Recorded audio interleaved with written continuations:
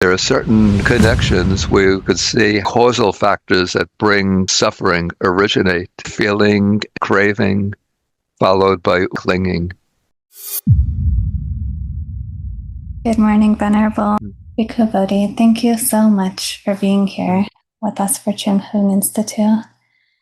Venerable, I remember reading a story of yours and the story of you meeting a teacher, seeing a teacher at a university and being so inspired. And it reminds me so much of my own story of meeting my master. And I wonder if maybe we can just hear from you directly. What inspired you for this path, and how did all this manifest for you, Venerable? Actually, there were two distinct events that happened that maybe you're conflating. Okay, so one of these happened during the summer between my junior and senior years of college, where I was traveling from New York to California with some fellow students from Brooklyn College. And we were traveling by car in those days. We didn't take the plane, but we went by car. And the people who had the car had some friends living in Madison, Wisconsin. And so we drove the first day about a third of the way through the country, across the US, and we stopped at Madison, Wisconsin to spend the night with the friends of these people with the car. And so the next morning, then I got up early and I decided there was a very bright, beautiful day. It must have been the end of July, beginning of August. And then I decided just to go out for a walk. And before long, I found myself on the campus of the University of Wisconsin. And then as I was walking along, just out of the corner of my eye, I saw a building, and then the door of the building opens up, and then out steps a short man with Asian features wearing a robe like this color, the ochre colored robe, reddish orange robe. And at that time, there were probably almost no Buddhist monk. Well, there would have been some maybe in the Chinese temples, but very, very rare to see a Buddhist monk. And I think this was the first one that I'd ever seen. And I'd already just become interested in Buddhism a few months earlier, just through reading books that I found in the bookshop. And so I could identify this as a Buddhist monk. And I was just fascinated and uplifted just watching him and another man walking alongside him, a tall Caucasian man walking across the campus, talking to each other.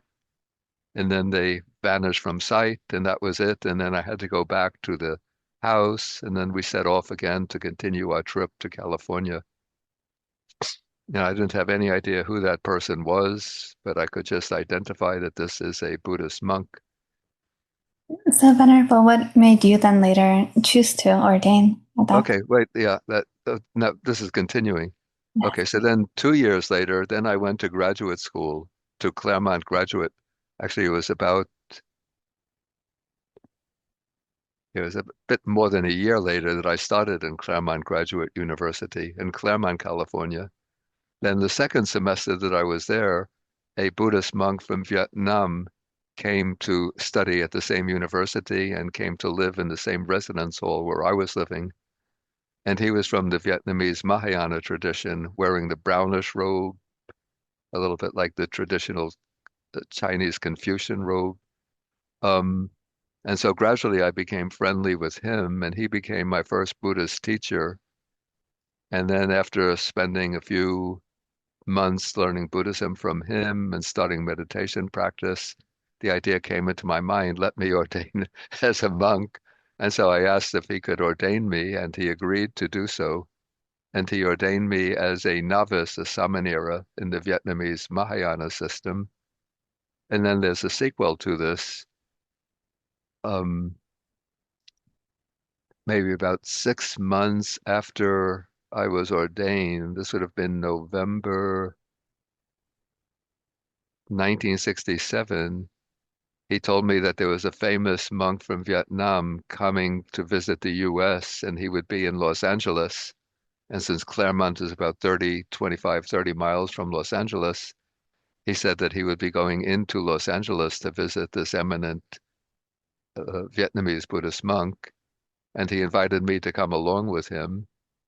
And so we drove into Los Angeles and we came to the house of the family with whom the monk was staying. And we were waiting in the living room, and then the monk came out from his room, and I looked at him and I thought, he looks familiar. Uh-huh. Could he be the monk that I saw at the on the campus of the University of Wisconsin 2 years earlier? And so when they first met, they were speaking to each other all in Vietnamese. And so I just waited for the conversation to stop. And then I came up to that monk and I said to him, is it possible that you were at the University of Wisconsin in the summer of 1965? And he said, yes, in fact, I was there. He said, I was visiting my friend, a professor named Richard Robinson, who was studying a program of Buddhist studies at the University of Wisconsin. And I was studying a program of a Buddhist university in Saigon, which was called Van Hine University. And so we were discussing our mutual projects. And then the name of that, so then I told that Vietnamese monk, I said, well, I just happened to be passing across the campus of the University of Wisconsin that summer, and I saw you walking across the campus. Mhm. And then he said to me, ah, so this is not the first time we're meeting. And his name, I don't know if you know his name. His name was Thich Minh Chow. Ah, So yes. he was the co-founder of um, the Van Hine Buddhist University. And what was quite interesting is that he was the one who translated into Vietnamese the four Nikayas and some other Buddhist texts from Pali into Vietnamese. And I wound up doing almost the same thing, not all four, but editing Nyanamoli's translation of the Majjhima Nikaya, doing my own translation of some Samyutta Nikaya, Anguttara Nikaya. And so our two projects were very much the same, though it was just through sheer coincidence that we happened to cross paths at the University of Wisconsin in the summer of 1960-65. Amazing. And then, Venerable, may I ask, what then led you to perhaps maybe full ordination with the Theravada tradition after Okay, that? so yeah, so first my Vietnamese teacher who was studying at the Claremont Graduate University, there seemed to be like a drift amongst the Vietnamese Buddhists, even in the Mahayana circles, to try to go that of this particular generation, those who were at that time in their 30s and 40s, to like go back and try to find the original Buddhist teachings by investigating. Some would study the Chinese agamas, others would go to India or Sri Lanka or Thailand to learn Pali and then to be able to read them in Pali. And so when we were staying together in Claremont, so we ordered the entire Pali Text Society translation series of the Nikayas. And my Vietnamese teacher encouraged me to learn the Nikayas. And then later he completed his studies first and went back to Vietnam. He returned in 1970, and I still had a couple of years to go to finish my degree. And during that period, I happened to encounter several Buddhist monks from Sri Lanka, and I became friendly with one of them named Venerable Piyadasi Mahatera from the Vajrayana Monastery. And he said to me, um, sometime in the future, you should come to at that time it was still called Ceylon, come to Ceylon, and I could arrange for you to stay in a Buddhist monastery.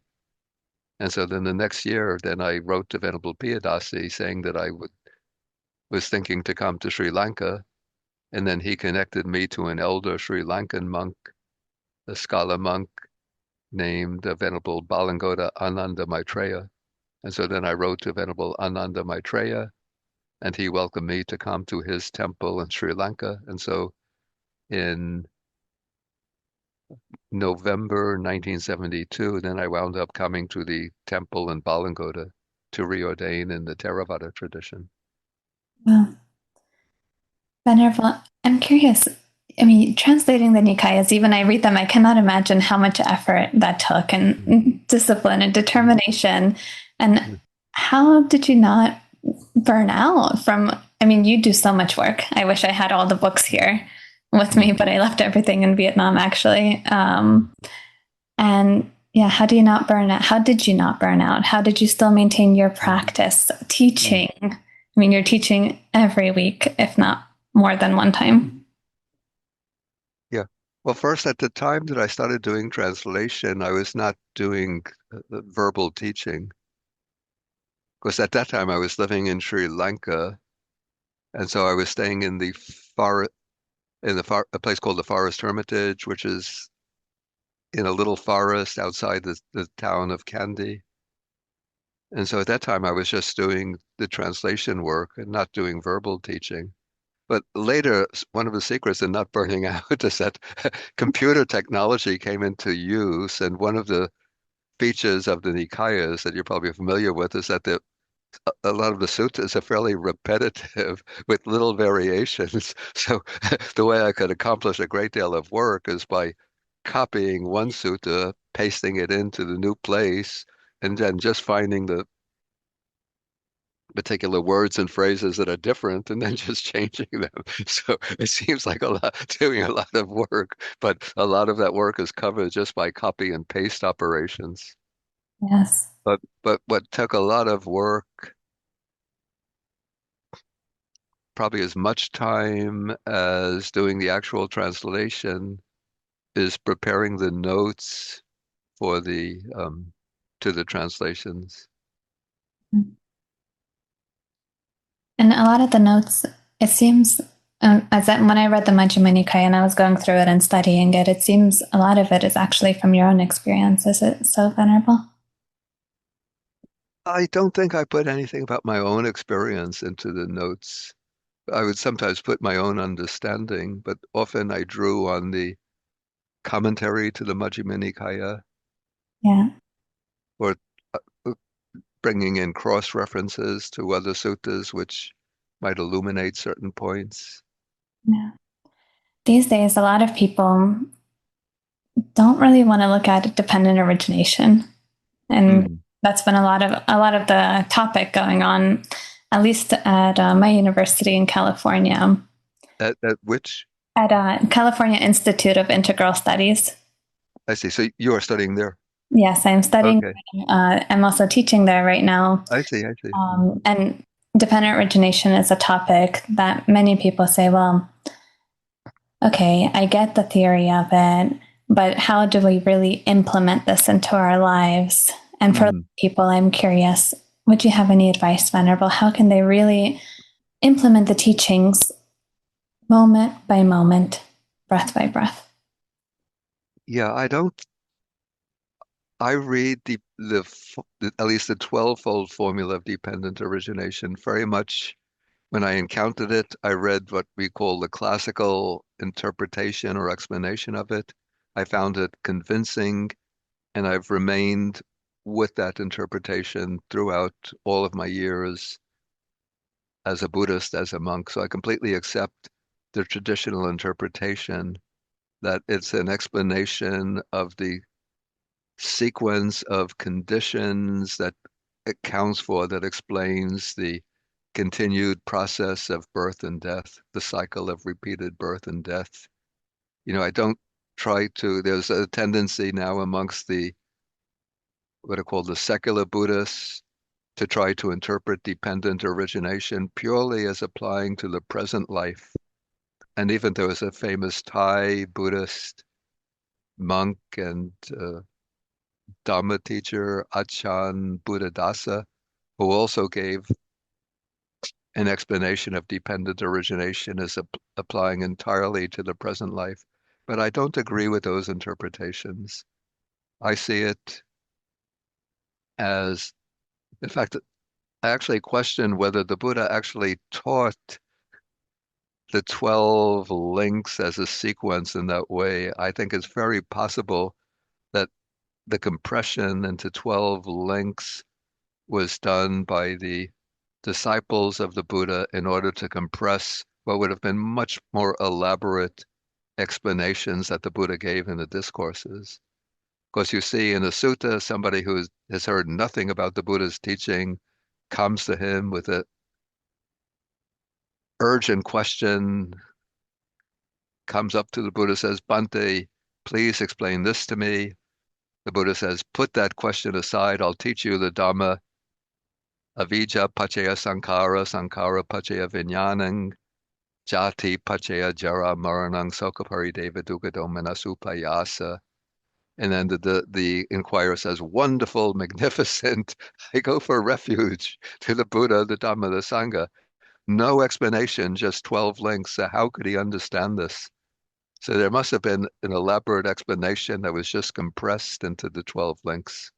So that is just a hypothesis of mine.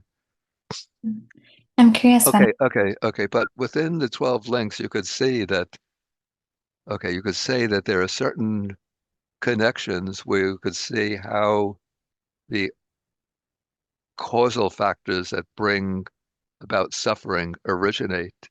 So particularly maybe what is of most practical significance would be the connection between Vedana or feeling and tanha, craving, followed by upadana, by clinging. And so it's inevitable in our day-to-day experience that there will be contact with objects, contact through the six sense faculties, and then through that contact, feeling arises. And then it's through our approach to feeling that can determine whether we continue the cycle by giving rise to the craving and clinging to the pleasant feelings, or the aversion and repulsion towards the disagreeable feelings, or a dull equanimity towards or dull indifference towards the neutral feelings on the one side. And then on the other side, by contemplating or observing the feelings with mindfulness and wisdom, in which case we become detached from pleasant feelings, don't develop aversion towards painful feelings, and we could observe all feeling with a kind of wise equanimity rather than that dull apathy or indifference. Venerable, why is it that neutral feelings connect with dullness of mind and kind of this indifference?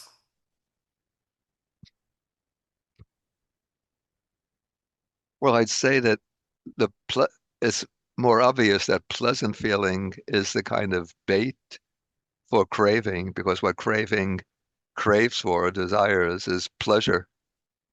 And so pleasant feeling provides the nutriment or food for craving. And the natural reaction towards disagreeable or painful feelings is aversion, hatred, resentment, ill will. And so what remains are those feelings that are not especially pleasant, uh, not especially painful.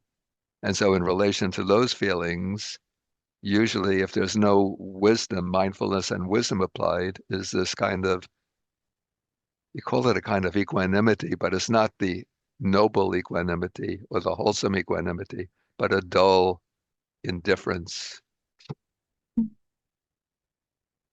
Venerable, can we hear how your life and your practice has changed kind of with this knowledge and with the practice of feelings? For example, when you have painful feeling arise or difficult feelings toward yourself or toward others arise, how do you work with that?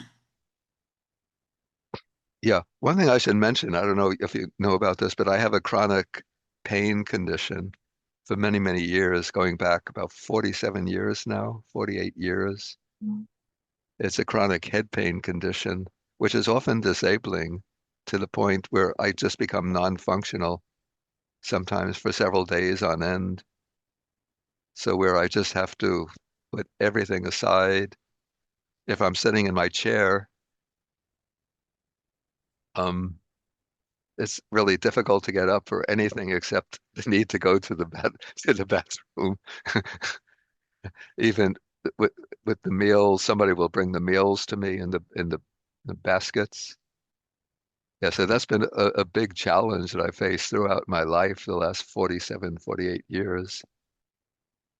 And so for that, I have to find ways to develop a kind of equanimity. And sometimes just I'm compelled to put everything aside. And it's not that I'm lying there always doing mindful contemplation of feelings. Sometimes I just have to lie down and sleep it off.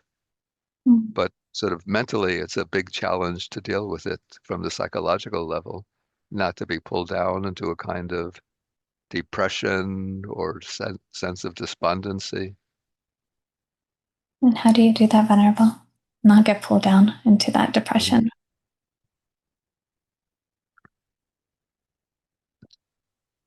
Just recognize that it's impermanent in the sense that it's going to subside at some point. Sometimes it's after a few hours, sometimes after one day, sometimes it could be after 2 or 3 days. But eventually it comes back to a more tolerable level. Then I can resume my normal activities. Mm. So I'm not pretending to have that profound, deep, perfect equanimity, Yeah. but It's, just over time. I've gone through a period back maybe the early 1980s where I recognized that after trying different courses of treatment, different types of medication, that it's not going to go away, not going to go away easily. And so I've already sort of shed my tears over it. And now I've just learned to adapt to it. yeah. I'm curious if other people, maybe people who don't practice or people who have difficulty even with equanimity, who may be experiencing chronic pain or who may be going through some difficulty in their life, Yeah. is there something that they can practice or actively do to be okay with the reality of the difficulty in their life? Mm.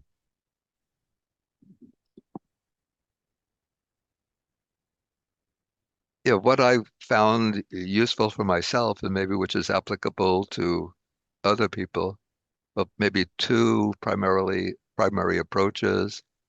One is to recognize that developing sort of aversion towards the pain or the painful conditions or falling into despondency and dejection is not going to make the matters get better.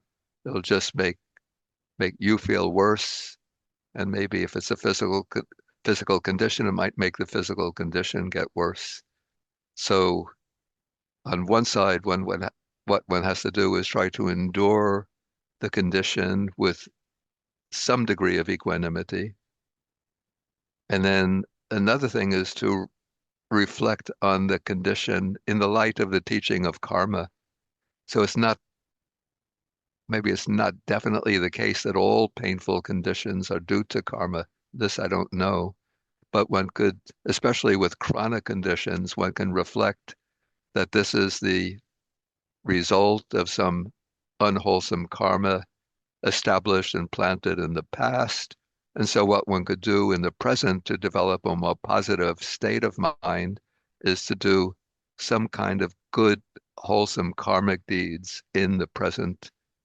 Maybe make a donation to some worthy cause or to develop some kind of wholesome meditation practice, particularly maybe the development of metta, loving kindness, or for people in that condition, I generally suggest avoiding karuna or compassion, because to develop compassion, you have to reflect or contemplate the suffering of others. And if you're in a very painful condition and you don't yet have the mental strength to deal with it, when you start contemplating the suffering of others, it could really pull you down. So instead, you move from metta or loving kindness to mudita, rejoicing in especially the good qualities of others. So this would be bringing to mind the virtues, the good qualities. It could start off with the Buddha, the enlightenment of the Buddha, and then the virtues maybe of the great bodhisattvas in the Mahayana tradition, like Manjushri, Pushyen, the Samantabhadra, Kuan Yin, and Kshitigarbha, or the great Arahat disciples like Sariputta, Moggallana, Kema, Maha, Pajapati Gotami. So rejoice in the good qualities and virtues of others. Thank you. And then that helps to to or also rejoice in your own good fortune. If you're a Buddhist, you rejoice in your good fortune in encountering the Buddha's teaching. And then you can do like Buddhanusati, recollection of the virtues of the Buddha. And then that will bring, even in the midst of pain, physical pain, it brings some joy and delight to the mind. Thank you, Venerable. I appreciate also you mentioned karma, because in our Western society, right, everyone Yeah. say karma, karma, karma, left and right, and they define karma as so simply as that which comes around goes around. But I'm curious, can you demystify this concept of karma so we can understand it better? Yeah, maybe I found two approaches to the idea of karma. One is this is amongst the secular Buddhists, is to reject the idea of karma or because the word karma occurs so often in the text, to reinterpret it so that it means exclusively one's present action and the immediate results that follow from one's present action. So that's the secular Buddhist approach. Another approach, which is common amongst maybe more traditional Buddhists, is to submit or to adopt the belief that whatever happens to you is happening because of your karma. So it engenders a kind of a passive fatalism, as if one doesn't have the ability to change one's destiny, but everything is just the product of one's past karma. So both, I would say, are misunderstandings.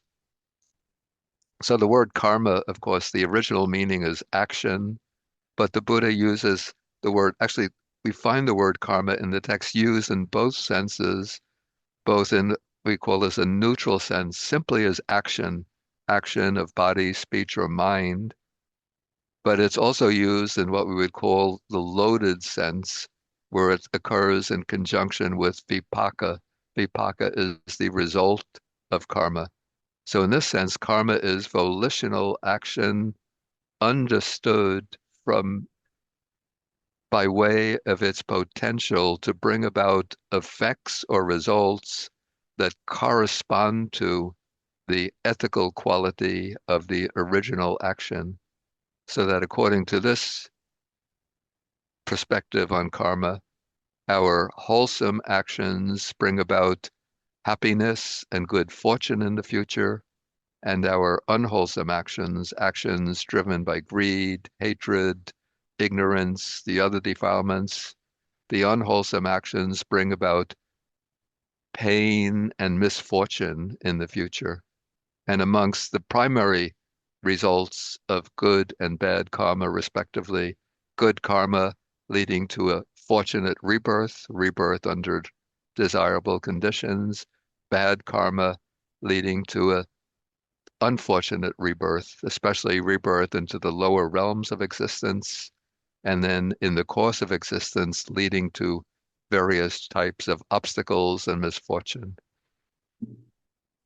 Yeah, so in this understanding, then it becomes extremely important to ensure a good future for ourselves, to avoid creating unwholesome karma by avoiding unwholesome actions, and to cultivate good karma by engaging in wholesome or meritorious actions. You mentioned the three poisons, Venerable. Now, those are such deep traps, right? In today's society, especially greed. I think about everyone just wants for themselves more and more and more, and then they cling to that. Yeah. They don't get it. They become angry. Yeah. They're stuck in this delusion. In my mind, I always see this as like the combination. I cannot see it as only one, right? Of course, people Yeah. are more prone to one, Yeah. perhaps, than the other. But what are some antidotes that people can use to overcome these poisons of greed, hatred, and delusion? Okay, so in the sort of classical Buddhist texts, like the Pali Canon, the commentaries are pretty much always treating this from the standpoint of a monastic person who is cultivating the brahmacharya, the celibate monastic way of life. So when they speak about greed, or the term that's used more often is raga or kama raga, sensual desire, sensual craving. So what they point out or prescribe as the sort of direct antidote to sensual craving is it's called the asubha sanya, which means the contemplation or perception of the unbeautiful or unattractive nature of the body. So, and that means dissecting the body and contemplating the body in terms of its constituent parts, the various tissues, organs, bodily fluids. And so what appears to be the beautiful body is, when you look at it analytically, turns out to be just a combination of these skin, bones, flesh, organs, blood, urine, and so forth. And then that sort of withers up, dries up the sensual craving for the beautiful bodies of others. But I would say, in relation to a general application, which is not confined to that narrow sense of sexual craving, just to a general antidote towards the craving for possessions, for wealth, for power. What I found to be actually more effective, much more effective, is the meditation or reflective contemplation of death. So when you reflect that when death takes place, that you have to leave everything behind, all your wealth, your status, your position, your fame, even this body itself, everything has to be relinquished at death. And when that contemplation really sinks deep into the mind, then it sort of dries up that craving to acquire more and more in this life. Okay, then the antidote to hatred and ill will is said to be loving kindness. And so that is sort of systematically, in a methodical way, developing goodwill towards others. Often, usually you begin with yourself, because you want to take yourself as the criterion or model for relating to others. And so you see that the deepest urge within your own being is to be well or healthy, to be truly happy, to be safe, and to fulfill all of your good aims in life. And then we start off with a few people who are close to us, our family members or very close friends, wishing them to be well, happy, and safe. Then we go to a few acquaintances, and then we spread and extend the loving kindness until it becomes universalized, wishing for all beings to be well, happy, and safe. Yeah, so that is, I say, a general antidote towards hatred, anger, ill will. But also one has to be able to, sometimes people who are even relatively successful in developing the meditation of loving kindness can still develop. There seems to be a difference between hatred and anger, which maybe is not adequately analyzed or recognized in the text. So the two are conflated. And so it seems that through developing loving kindness, you can develop a goodwill towards others so that you don't have hatred towards them, but you could still have the tendency to get angry or irritated. And for that, one has to practice, I would say, mindfulness of the mind, a cittanupassana. So contemplating when anger is starting to arise and then seeing the disadvantage in anger. Yeah, and this is what is also it's recommended in the text, seeing that when you get angry, then it distorts your facial features so that you even start to become ugly. And when you get angry with often, and when you often get angry with others, then it breaks up friendships, it uh, breaks relationships, and it can lead to your harm and loss in the future, since then others will want to take vengeance against you and create difficulties for you. And so when you do this kind of contemplative reflection on the harms of anger, it serves as a motivation for overcoming the anger. But then one also needs a mindfulness, a present moment mindfulness to recognize when anger is arising in the mind, and then just using the force of determination to dispel it. How about delusion or ignorance, Venerable? Yeah, there are many different levels of delusion. So we could say that the coarsest level of delusion we could at least overcome to some extent by learning the Buddha's teaching. In this way, at least you get acquainted conceptually with the ideas of impermanence, the idea of that all conditioned things are unsatisfactory, dukkha, so that you don't have unrealistic expectations for things to be permanent and enduring and for everything to be pleasurable and agreeable. And then, of course, the deepest delusion is the delusion of the real, substantially existent I or self. And then just even by studying the teaching of anatta helps at least to develop a conceptual antidote to the clinging to the notion of I am, the notion of self. But to break through the delusion at the deeper level, at the perceptual level rather than the conceptual level, that has to be accomplished through the development of the vipassana or the insight meditation. Mhm. Yeah, but in addition, like the way I've been explaining and the way the texts primarily deal with greed, hatred, and delusion is at the level of individual psychology. But I say the problem that we see today maybe even much, much more manifest, like to the square powers, exponential powers over what existed in the Buddha's time, is the systemic embodiments or manifestations of greed, hatred, and delusion, where we have, these gigantic, well, the predatory, financial, or global capitalism, in which there are giant corporations spread out over the world.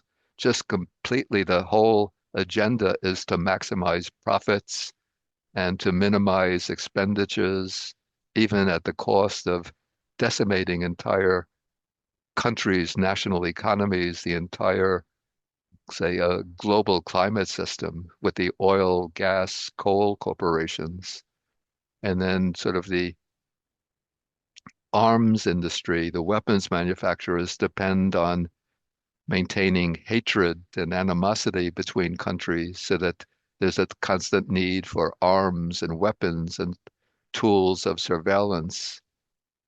And then governments aiming at control over their citizens need these electronic surveillance systems so that like virtually every keystroke we put into our computers gets somehow registered in government surveillance systems so that they know what we are writing, what posts we're putting up on Facebook or Instagram, so that they could keep track of everything.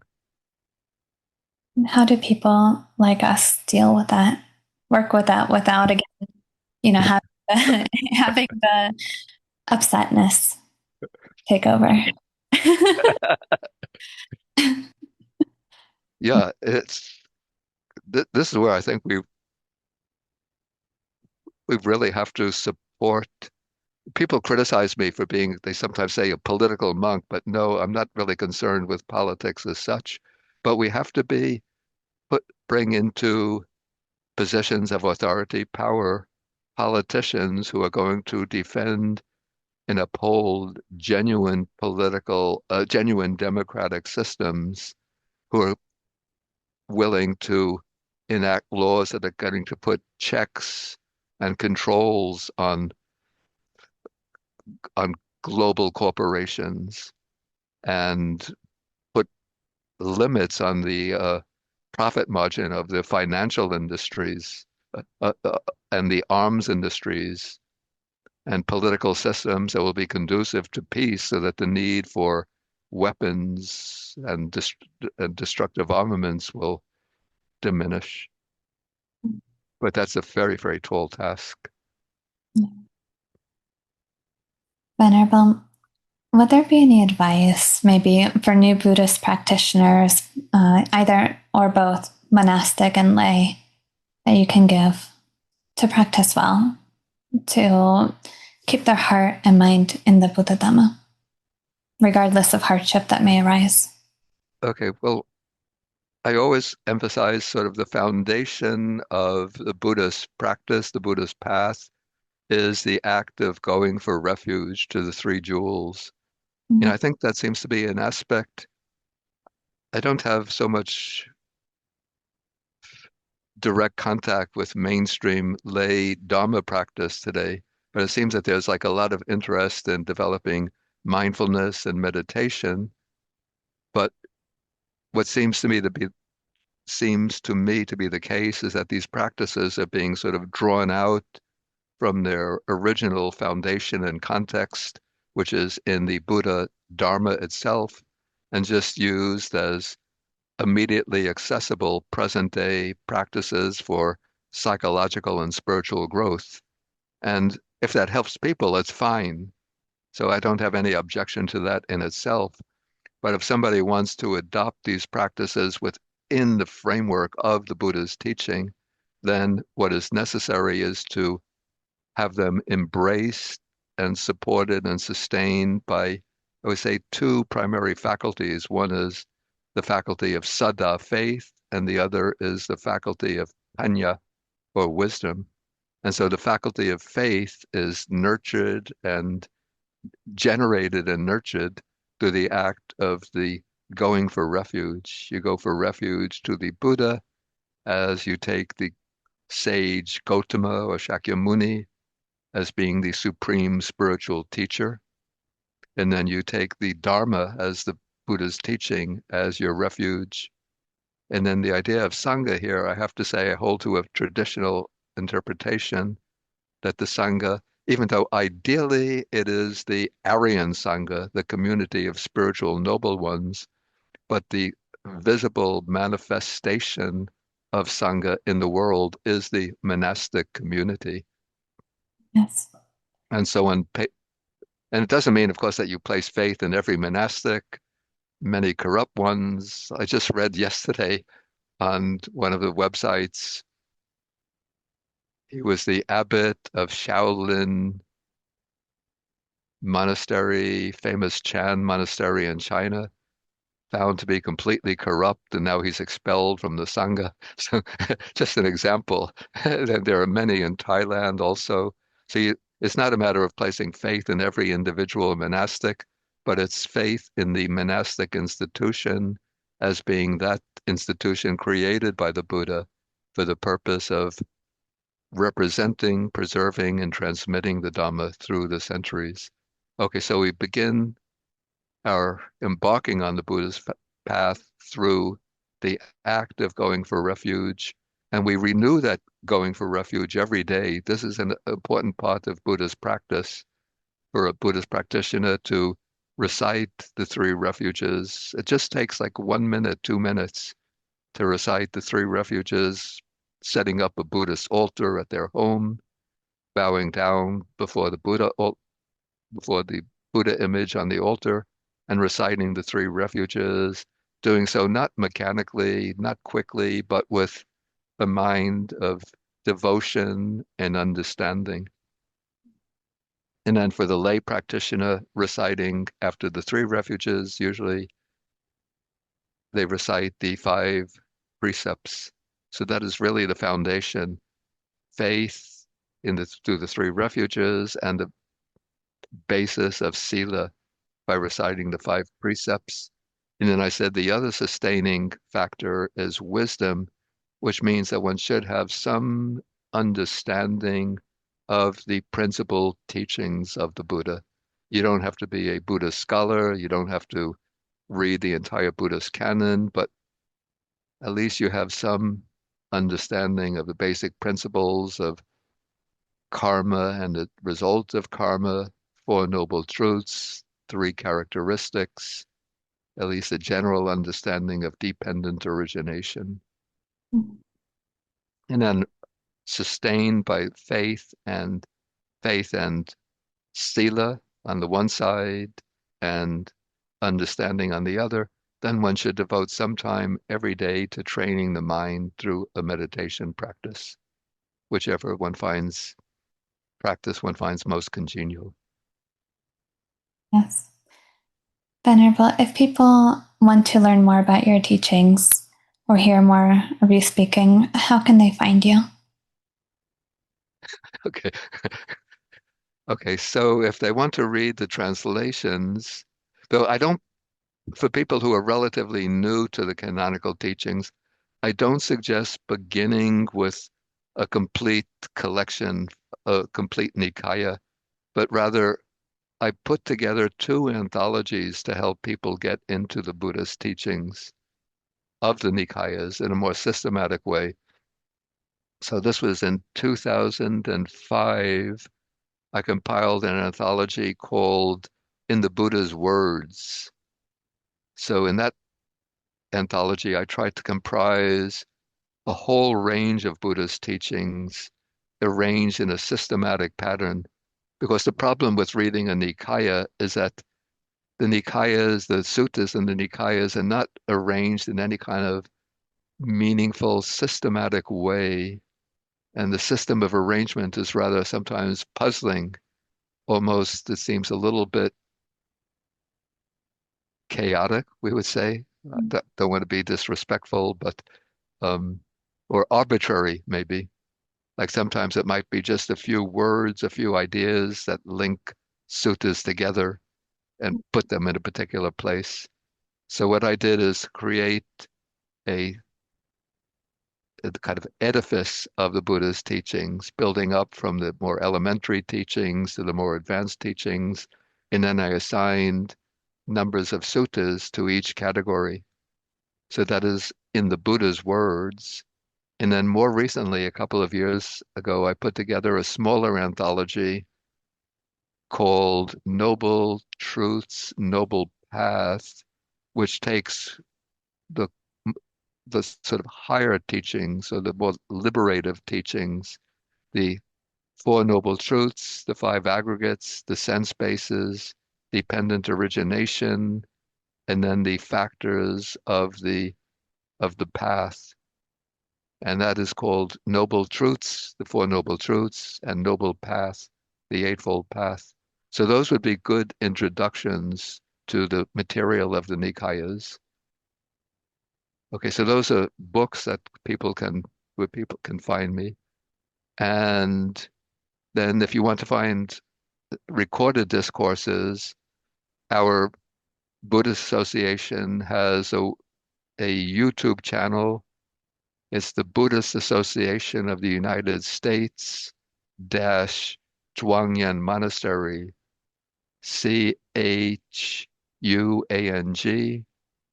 then Yen Monastery.